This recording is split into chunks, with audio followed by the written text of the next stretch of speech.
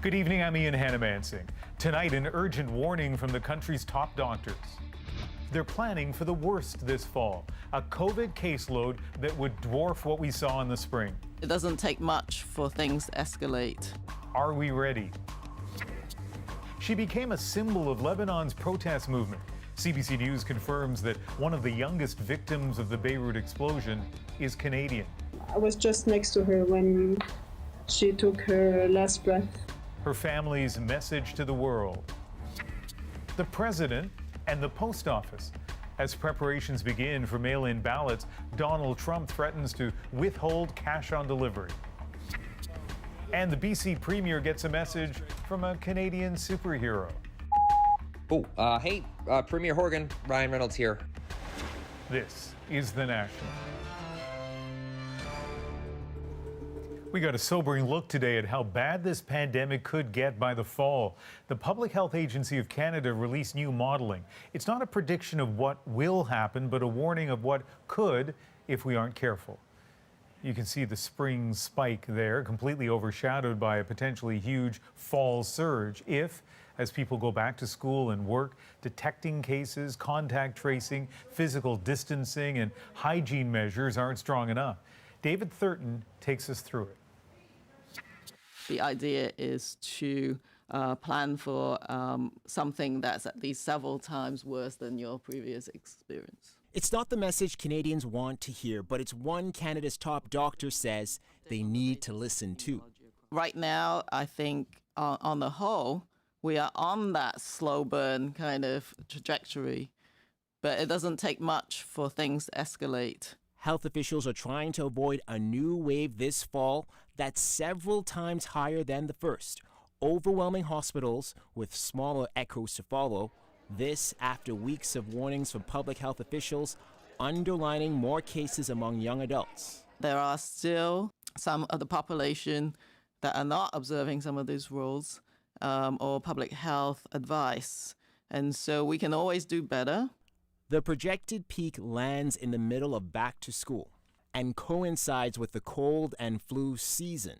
So planning for that potential convergence of the viral activity is something that we're actively doing as well. How to keep it in check without another lockdown? Quick testing and isolation, quick contact tracing and quarantines, wearing a mask, and keeping apart. So, is Canada ready? In many parts of Canada, during the first wave, there certainly were issues with diagnostic testing capacity, contact tracing. There certainly were some issues with those. It appears that much of that has been ironed out. It's unlikely that we will see issues with that, but it is certainly still possible. How severe it will be depends on everyone's actions. David Thurton, CBC News, Ottawa.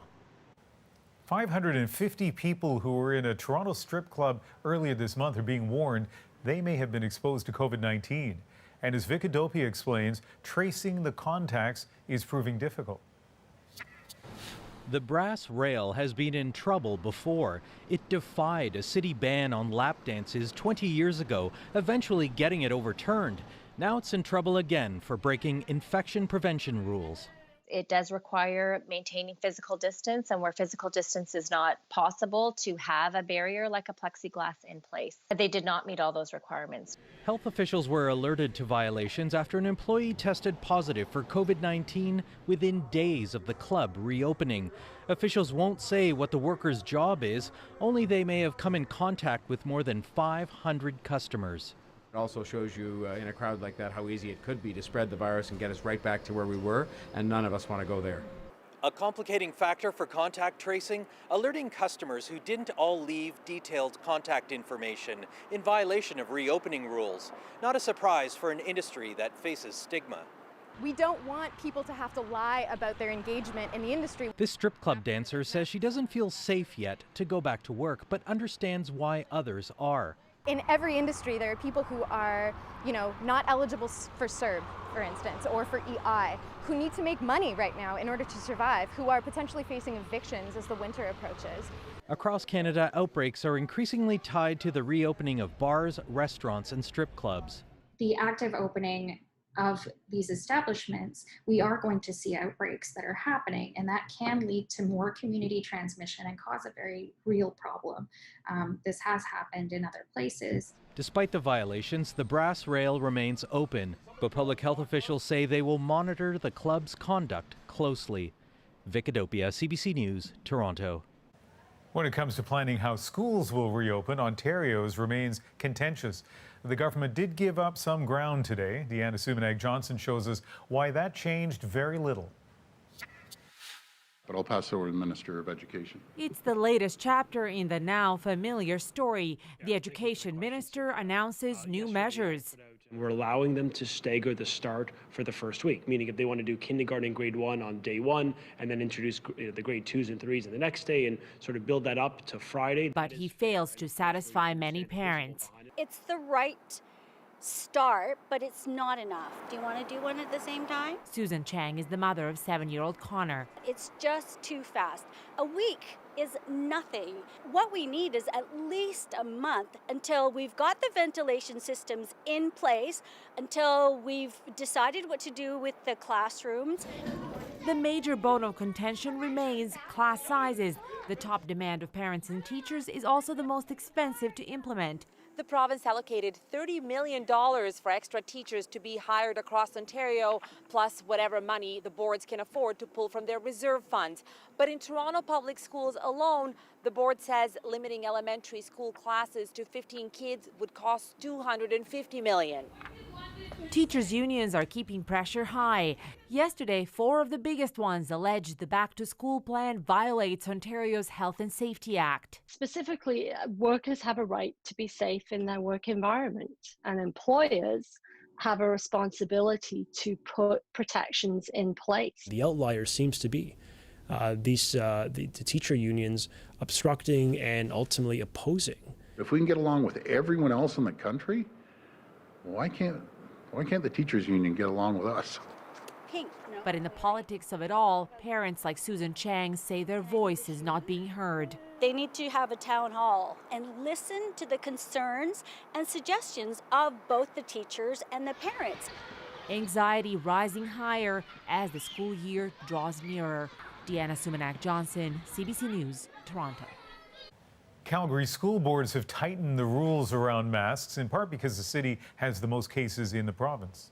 We really value the input of our stakeholders, and our stakeholders have clearly told us that they would like to see mandatory mask wearing from kindergarten to grade 12. That measure goes well beyond provincial rules. Alberta doesn't require masks once a class is seated or for any students in lower grades. More stringent rules were also announced today in Nova Scotia.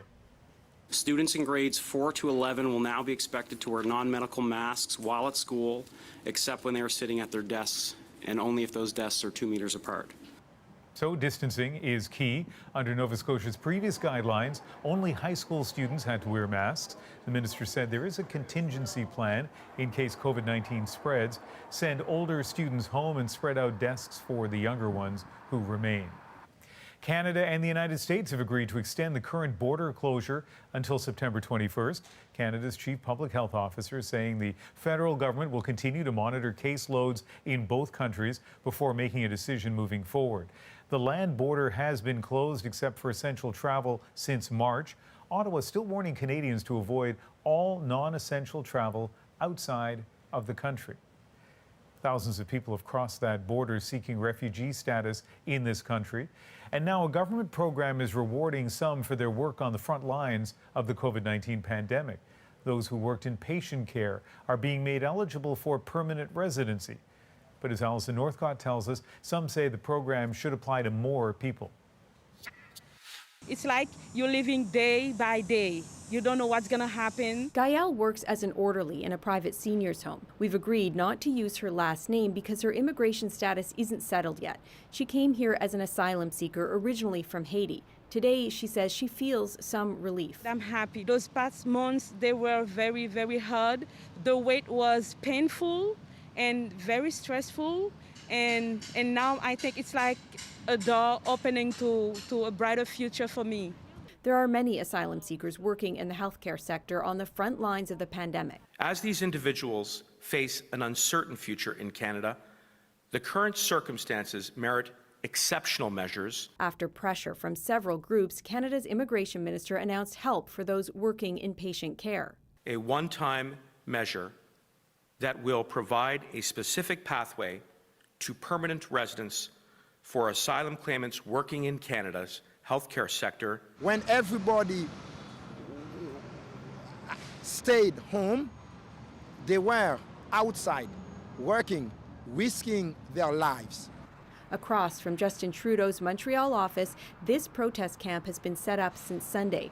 Wilner Cayo says the new measures shouldn't be limited to healthcare workers because it leaves other essential workers in jobs like food services and security out. The government takes some workers and left a lot of them in this state of anxiety. Ottawa's original vision of the plan included a longer list of eligible workers, but after negotiations with Quebec, the final list was limited. Today, Premier François Legault said he's pleased with the outcome for those who benefit. Those angels, I appreciate very much the work they did and the risk they took. While some advocates say this is good news for some asylum seekers, they will continue to press the government to recognize more of them in the same way. Alison Northcott, CBC News, Montreal. Ottawa has announced help for Canadian survivors of last week's devastating Beirut explosion, creating a task force to bring those to Canada who want to return. And earlier tonight, the Prime Minister also issued a statement of condolence to the families of 2 Canadians known to have died, one of them a little girl. Ellen Morrow is learning more about how her tragic death is galvanizing a growing protest movement. I was just next to her when she took her last breath. The devastation of these parents so raw and only just beginning. They lost their daughter, Alexandra Najjar, just 3 years old in Beirut's devastating blast. She was a Canadian citizen.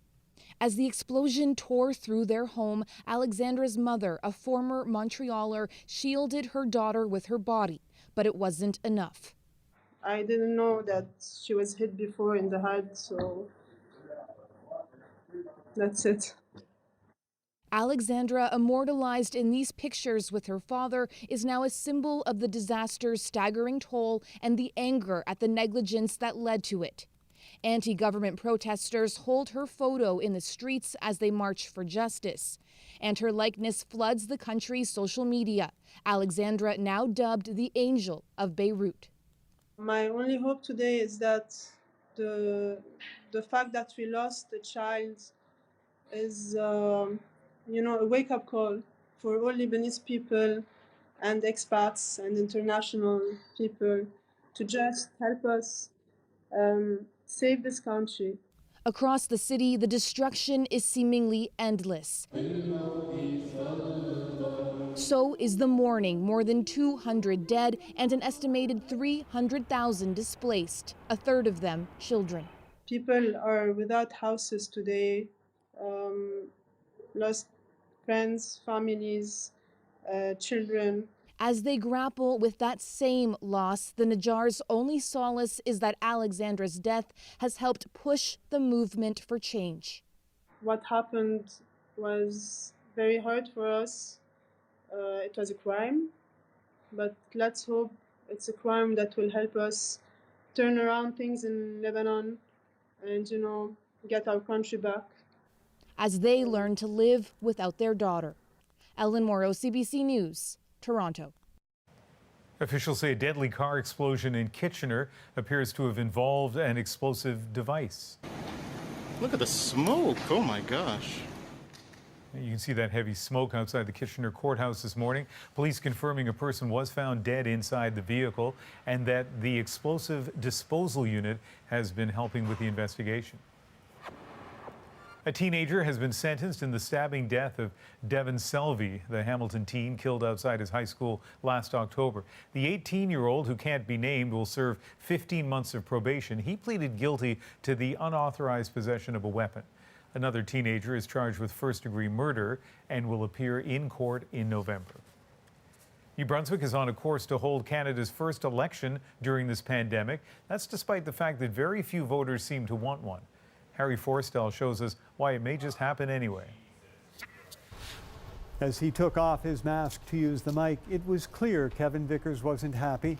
After 3 days of negotiations, the grim-faced Liberal leader explained why his party abandoned the talks. We were told, threatened, that if it had not been completed by the end of today, an election would be called. This was a negotiation of having a gun to your head. It's totally unacceptable. The stated goal of Progressive Conservative Premier Blaine Higgs was to avoid an election in the midst of a pandemic, to work with opposition leaders drafting policy all parties could support. But the plan also guaranteed his minority government as much as 2 more years in power. Even so, the other 2 parties seemed keen to continue. We went in there with an open mind and in good faith to try to move New Brunswick forward and to avoid an election. But I was skeptical that that's what the Liberals were there to do. We had fascinating discussions to try and see where we might get. But in the end, it didn't work. With the Liberals now out, it's up to Premier Blaine Higgs to call an election or maintain the status quo. Well, it's very disappointing to be standing here at this point in time. I expected to be working most of the night and the weekend, and so now I'm thinking about next steps. A poll out today shows a majority of voters oppose the fall election. The Narrative Research survey of 1,000 New Brunswickers found just 33% want to vote, while 52% are mostly or completely opposed.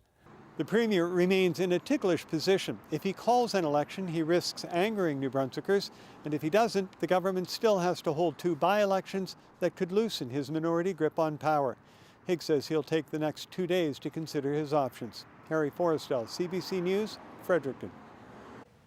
Let's take a look at some of the COVID-19 hotspots in Canada today. Manitoba reported 40 cases. That ties its highest one-day count. British Columbia has 84 new cases, continuing to push the curve higher as health officers warn we could see a second wave bigger than the first. And so Manitoba dealing with a spike in cases, the highest since early April, and that has the province's chief medical officer calling on the public to step up. We've lost some sight of our fundamentals. These cases should be a reminder that this virus is still here, that we're not done with this. What else is concerning is the average number of close contacts for each case is also on the rise. So that means that people are seeing more people. The province's worst outbreak remains in Brandon, which currently has 90 active cases. Many of them are linked to a maple leaf plant. A warning tonight from the U.S. Postal Service that could have big consequences on election night. You can be sure that tens of millions of ballots will not be counted on November 3rd. Next on The National, Donald Trump's campaign against mail-in voting. A new venue for live music. Big stars are performing concerts in video games and fans love it. I literally felt like I was going to cry. Happy birthday to you. Have a great time. And she's 90 years old and flying high. Why this is a dream come true. We're back in 2.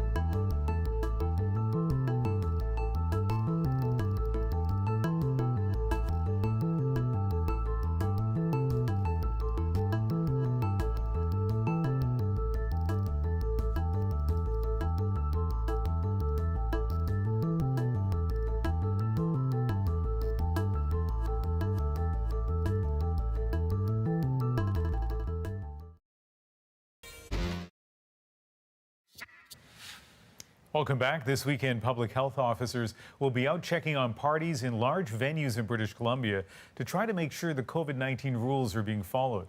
As Tina Lovegreen explains, it's part of a plan to try to put a cap on rising cases that appear to be stretching the system. Frustration, as one after another, people eager to get a COVID test are turned away, hours before it's supposed to close. They're at capacity and we have to go to another site. Like, it's only been 45 minutes since the opening and things are already overwhelmed. This woman who drove here to get a test decided to ditch the car and wait in the pedestrian lineup. This was about half as long when I drove by. Mind you, it hasn't moved in 30 minutes, so I guess we'll see what happens. Made it. Where's the wait? BC's cases are trending upward, but officials are confident in their ability to trace them. The vast majority of cases are through chains of transmission that we know about. And so someone's exposed to a case and then they get tested positive. And we know about that chain at the public health level, which makes it a lot easier to track and trace. Obviously, resources to track and trace are significant. The province is hiring 500 more contact tracers to keep that going, but they won't be in place until September. Which buys us a little bit of time. But experts say behavior needs to change. Just like a thermostat would turn off your heater whenever the temperature gets too high. That's what we're doing with COVID. Whenever the COVID numbers get too high, we need to reduce our movement rates and our contact rates. And to get the message to young people, BC's premier made a desperate plea to a local superhero. This is a call out to Deadpool right now. Ryan, we need your help up here. The Vancouver-born actor didn't miss a beat. Hey, Premier Horgan, Ryan Reynolds here. I got your message about the thing. BC that's home to some of the coolest older people on earth. But here's the thing. I hope that young people in BC don't kill my mom, frankly, or David Suzuki, or each other. So next time you want to go party, think about your mom. Think about Ryan's mom. Think about David Suzuki and all of the elders in our community. Tina Lovegreen, CBC News, Vancouver. The pandemic has millions of Americans getting ready to cast their vote at the mailbox instead of the ballot box. But the president is spoiling for a fight against the post office. He's threatening to withhold cash. And now the Postal Service says it may not be able to deliver those ballots on time. Stephen D'Souza explains why. Americans have voted by mail since the Civil War with no cases of large-scale fraud. But to hear Donald Trump tell it, the Postal Service is a prime target for foreign interference. Because they can be forged, they can be captured, they can be taken. In the midst of a pandemic, with fears that long lines at polling places could spread the coronavirus, more and more states are turning to mail-in ballots. The president claims, without evidence, that will bring fraud. Yesterday, he said he opposed additional funding for the post office, acknowledging the money would help deal with the extra mail. If we don't make a deal, that means they don't get the money. That means they can't have universal mail-in voting. He's since walked that back, saying he's willing to free up the money, part of a stalled stimulus bill, if the Democrats cave to Republican demands. I would certainly do that, sure.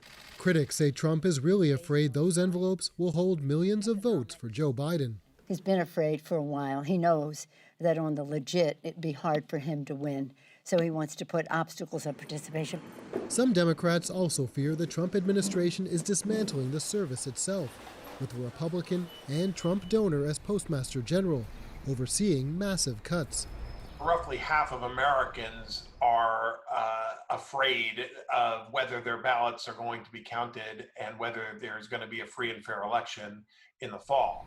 The post office has warned 46 states there's no guarantee votes will make it in time. So while November 3rd may be Election Day, it may not be Results Day. You can be sure that tens of millions of ballots will not be counted on November 3rd. And so if it is close on election night, then we should expect this to go into overtime. And while Trump condemns universal mail-in ballots, this week he and wife Melania requested their absentee ballots, preparing for a third time to vote by mail in Florida. Stephen D'Souza, CBC News, New York. In California, crews are battling multiple wildfires. One of them is raging near a community an hour north of Los Angeles. It started Wednesday and has forced hundreds of people from their homes. No deaths have been reported. Officials warn more fires could erupt as a statewide heat wave keeps temperatures up and humidity down. Long lines to enter the UK as thousands of Britons cut their vacations short and scramble to return home. They're trying to avoid a new 14-day quarantine imposed on those arriving from France and a few other holiday destinations.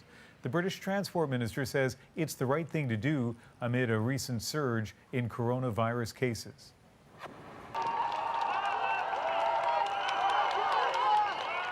A moment of calm amid growing protest in Belarus. Riot police embracing anti-government demonstrators.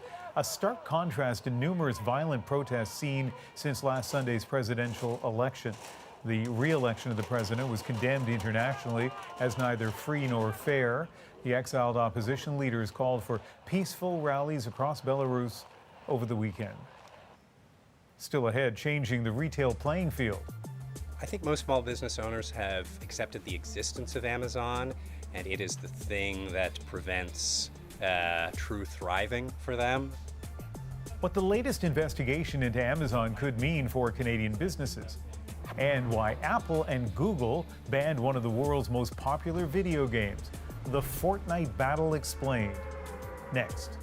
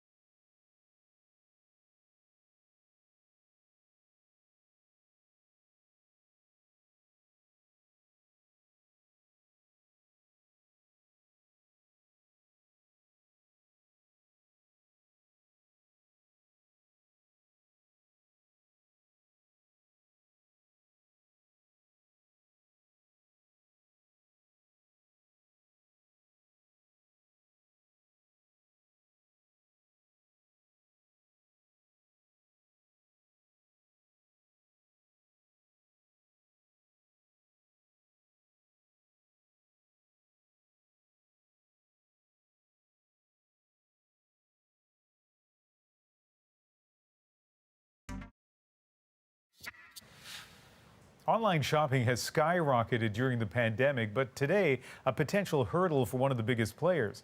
Canada's competition watchdog is investigating Amazon.ca for conduct that might be harming Canadian businesses by breaking the rules. Katie Nicholson has more. Ask an independent Toronto bookstore owner what Amazon means to him. He doesn't hold back. Small business owners have accepted the existence of Amazon, and it is the thing that prevents true thriving for them. He welcomes the Competition Bureau investigation announced this morning into whether Amazon is engaging in anti-competitive practices, like influencing what prices third-party sellers can charge on their own websites, or trying to encourage online shoppers to buy Amazon's own products over those offered by other sellers. The Canadian Federation of Independent Business also welcomes this investigation, especially now. During the pandemic, of course, Amazon got a giant leg up because, of course, with the need for physical distancing and the fact that small retailers were essentially shut down for many, many months. In a statement to CBC News, Amazon said it is cooperating with the Competition Bureau's review, and it continues to work hard to support small and medium-sized businesses who sell in our Canadian store. Yeah, is Amazon an angel? No, they're not an angel. But are they any different than any other big retailer? I would suggest not. This retail analyst has kept close watch on how other countries have tried to curtail the online giant's dominance. So far, the fines that have been imposed on these folks have been chump change. Case in point, if the investigation finds Amazon has broken any Canadian competition rules, it could face just a $10 million fine, a drop in the bucket for this trillion-dollar company. But welcome all the same by the Davids to Amazon's Goliath. Even if the fine might be small, it's a step, right? The Competition Bureau is asking small businesses who've had dealings with Amazon to make the next step and get in touch. Katie Nicholson, CBC News, Toronto. Tech giants Apple and Google are also being accused of unfair practices, specifically how they're taking on the company behind the smash hit Fortnite. Epic Games is casting itself as the scrappy underdog. Thomas Dagla takes us inside the battle. What began as a free-to-download video game has turned into a cultural phenomenon.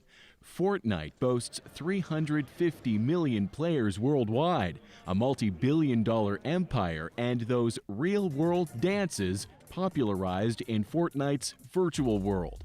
Now the makers of the game are going to court, taking on Apple and Google, calling them behemoths that block competition and stifle innovation. Being able to make a dent in two incredibly powerful companies, the way that Epic Games is trying to, I think would be beneficial. For the company behind Fortnite, the moneymaker is in-game purchases. Players spend so-called V-Bucks on upgrades and character modifications. Buying V-Bucks on mobile phones used to be done through Apple and Google, which usually took a 30% cut. But now Epic Games is trying to eliminate the middlemen. The makers of streaming service Spotify and dating app Hinge joined in too, sending support for the fight against Apple and Google's dominance. This is an historical moment for monetization in video games and privatization of video games, and even online stores and distribution of digital content. The tech giants fired back, removing Fortnite from their app stores, making updates unavailable on iPhones and Android devices. Things got personal when Epic Games took a famous Apple commercial and made a parody, framing the tech titan as a monopolistic monster and calling on gamers to hashtag free Fortnite. I'm worried but curious to see what players are going to do with that. Players won't be able to update the game in a couple of weeks when the new season comes if, Apple and Epic can't reach a solution. All the companies involved are losing potential profits in the meantime, while the pandemic sees consumers spending even more time and money on video games than usual. Thomas Dagler, CBC News, Toronto. When we come back, making sense of back-to-school regulations, from masks to physical distancing, what you need to know to keep your kids safe. The doctors are here to tell us what to watch for. And later, how live music became pixelated. The new virtual festivals bringing fans together. But first, Britain's Captain Tom Moore captured global affection, raising money for his 100th birthday walk for the National Health Service. He was knighted by the Queen, given an honorary promotion to Colonel, and now another honor. An official portrait in the National Army Museum in London, marking his contribution to Britain's battle against COVID-19. Captain Tom hoped to raise £1,000 by his 100th birthday on April 30th. His final tally, $32 million, a testament to the power of positivity at any age. The sun will shine on you again and the clouds will go away.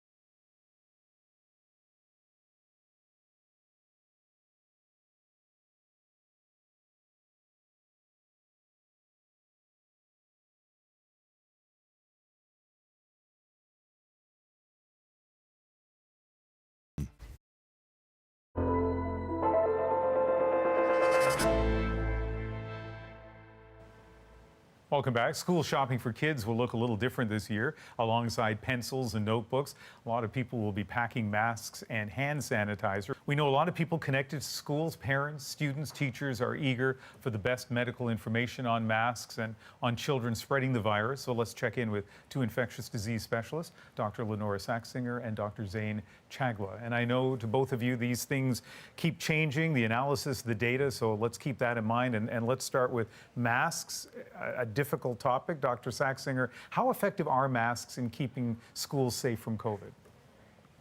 I think that's the million-dollar question. I think a lot of us think that masks are plausibly going to be useful, but we would never want to rely on them instead of the other measures like reducing contact numbers, increasing physical distance, washing your hands a lot, having good ventilation in the space, and all of those things, because we don't know the degree to which masks might offset the risk of infection in the classroom. So I think a lot of us are looking for more data to evolve to help us see how much masks add and if they can actually replace those other measures. At the moment, we can't say.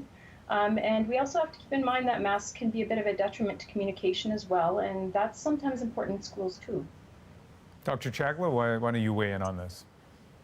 Yeah, I agree with Dr. Saxinger. There's a hierarchy of infection control measures in hospitals and in healthcare settings, and similarly in schools. Preventing and screening people for COVID-19 and keeping community rates are low are probably at the biggest end of that pyramid. The ventilation, the cohorting in the classroom, the distancing are kind of in the middle. And then kind of on the top of that pyramid, that little bit left, there is the masks, which may offer some benefit, but without those big pieces underneath, they're not effective on their own. And really, they should be a part of that bundled set. Those need to be optimized before masking is considered as part of it. So they may offer a bit of benefit. There's school systems that have used them, and there's school systems that haven't, and both have had successful stories. But certainly, as part of that bundle, it could be considered as another step. Dr. Chagla, let's talk about another big topic that a lot of parents hear kind of conflicting messages on, and that is the extent to which kids, especially kids under the age of 12, are susceptible to getting COVID-19 and spreading it. What do we know about that kind of as of this week? Yeah, this is obviously evolving through the outbreak. And I think at the beginning, we saw children, very minimal amount of children infected when the outbreak was mainly in China and Italy. As it's progressed, we are seeing children affected. I think the data still shows that children are getting it less than adults, that they're less complicated than adults, other than some rare children that get some complications, and that they're less spreaders than adults. Adolescents probably do approach adults in terms of their ability to spread, but those younger children are probably less so in that sense.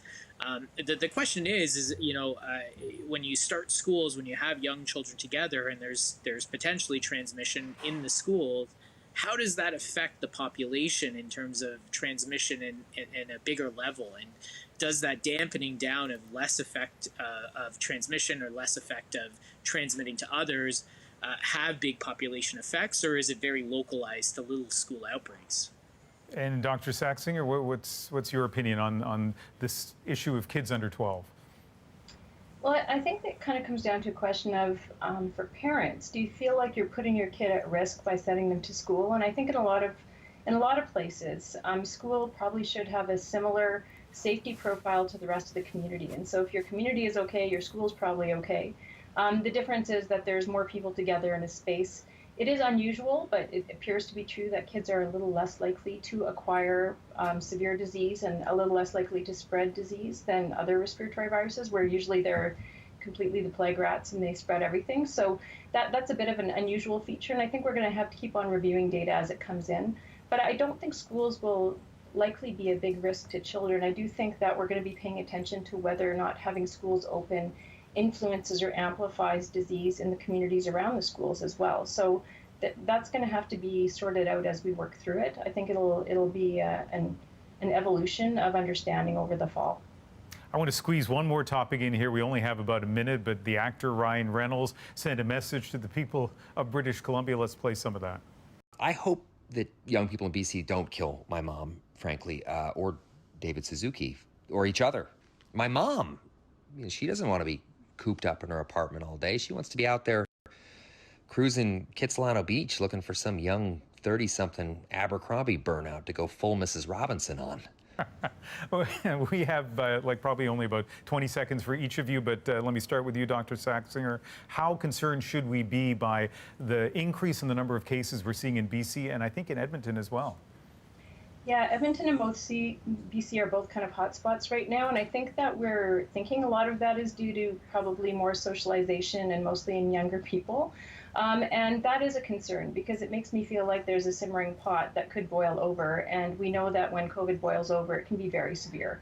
It can really take off quickly. So I think we have to look at measures to go back to the basics and do them very, very well to prevent further community spread and get a lid on it before schools are due to start. I think that's very important. 20 seconds, last word to you, Dr. Chagla.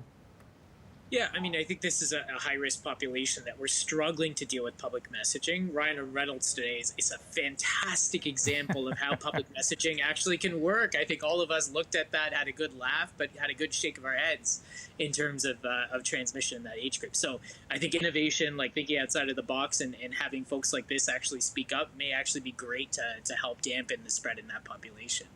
Well, I really appreciate you and the other infectious disease doctors stepping forward and helping us understand the changing environment here. Thank you very much. Thank you. All the best. COVID-19 has taken more than 9,000 lives in this country. Antonio Chavarelli was one of them.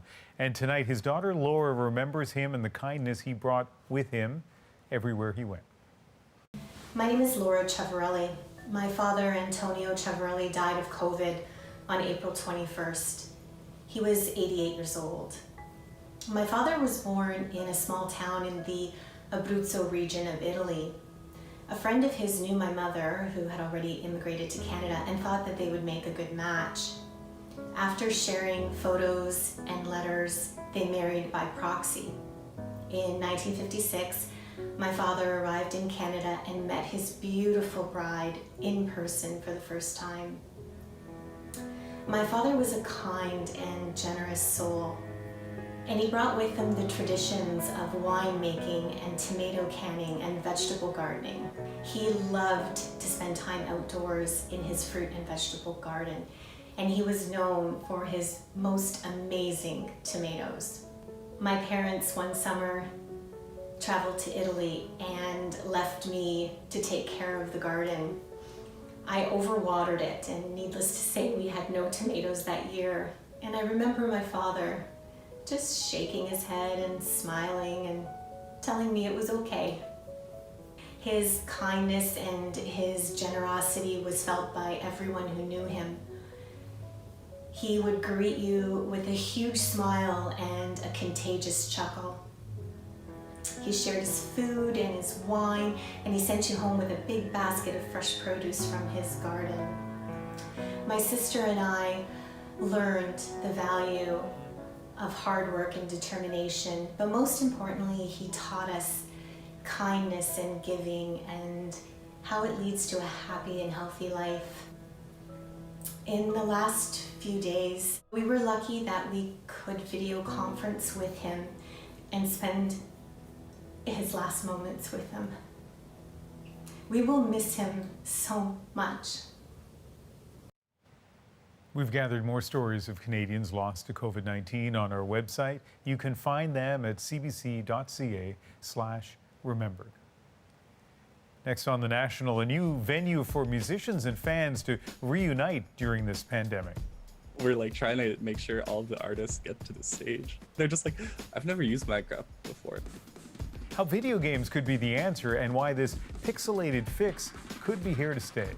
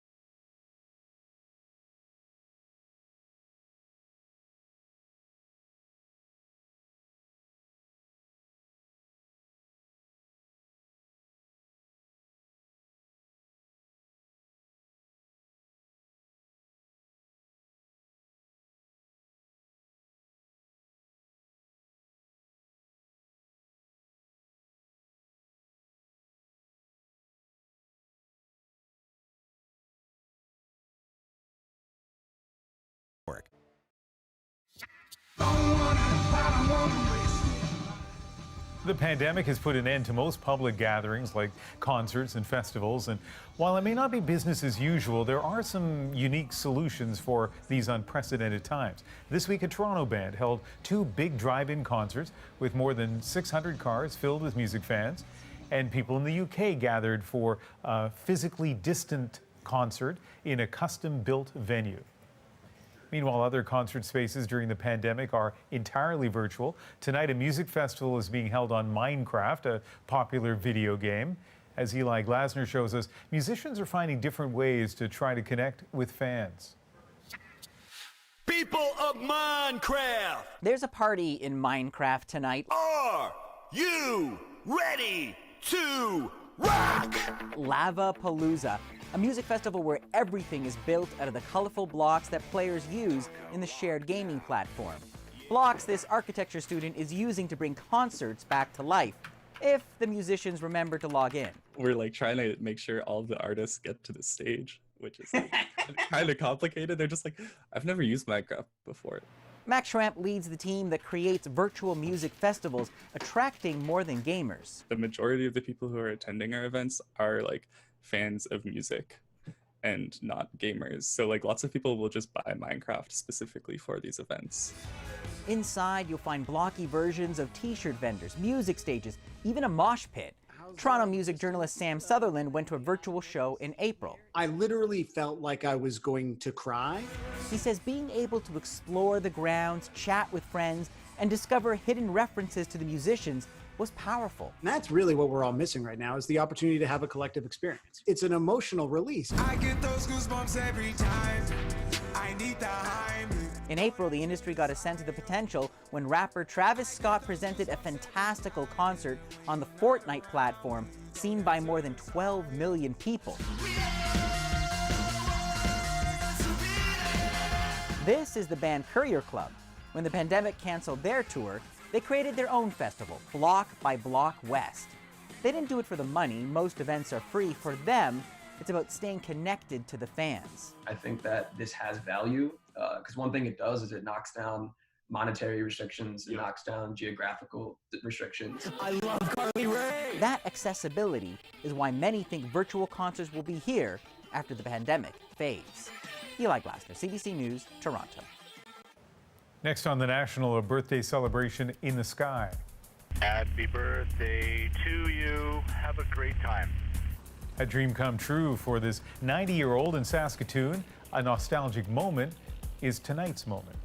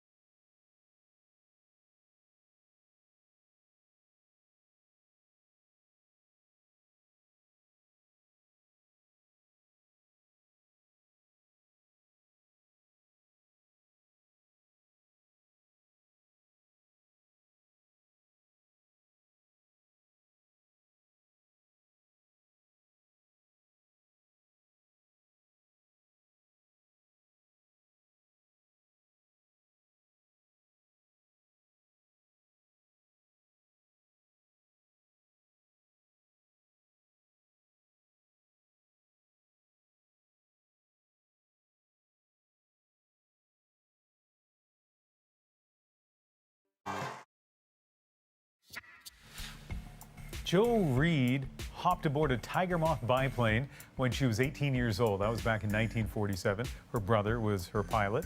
And Jo's dream ever since was to get up there again. And today, on her 90th birthday, that dream came true. 72 years later, she took to the skies in another Tiger Moth. That had to be our moment. And is this the birthday flight? This is so. Can she hear me? She can so. Happy birthday to you. Have a great time. It's a dream come true. I never thought that I'd have a chance to do it again.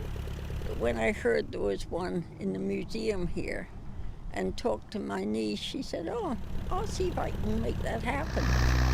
And I've been counting so many sleeps till I get my flight.